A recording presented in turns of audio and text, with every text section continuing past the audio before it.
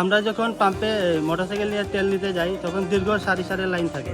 সেই লাইনে 1 থেকে 2 ঘন্টা অপেক্ষা করে তেল নিতে হয়। এইসব জিনিস চিন্তা করে এবং আমি গতকালকে এই যে বন্ধু সুমনের বাড়িতে আসছিলাম, আজকে তার বউ ভাতের কথা চিন্তা করে সেখানে সেই জেনারেটার নিয়ে আসছে। জেনারেটার আছে, তেল নাই। সেই তেলের কথা চিন্তা করে আজকে বউ ভাত উপলক্ষে আমরা তাকে তেল উপহার দিয়েছি। আসলে আমরা সবাই জানি দেশের জ্বালানি তেলের সংকট। আমার বন্ধু সুমন পাল নতুন বিয়ে করেছে।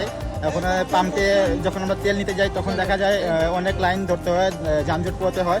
আমার নতুন বৌদি গিয়ে সেজন্য নিয়ে যানজটে না পড়ে।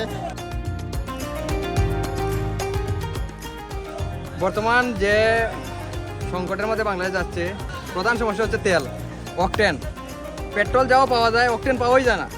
তাই আমার বন্ধু যাতে ওর বউরে নিয়ে কয়েকদিন ঘুরতে পারে, শ্রীমঙ্গল শহরটা উপভোগ করতে পারে, সেই জন্য আমরা সব বন্ধু বান্ধব মিলে অকটেন দিলাম।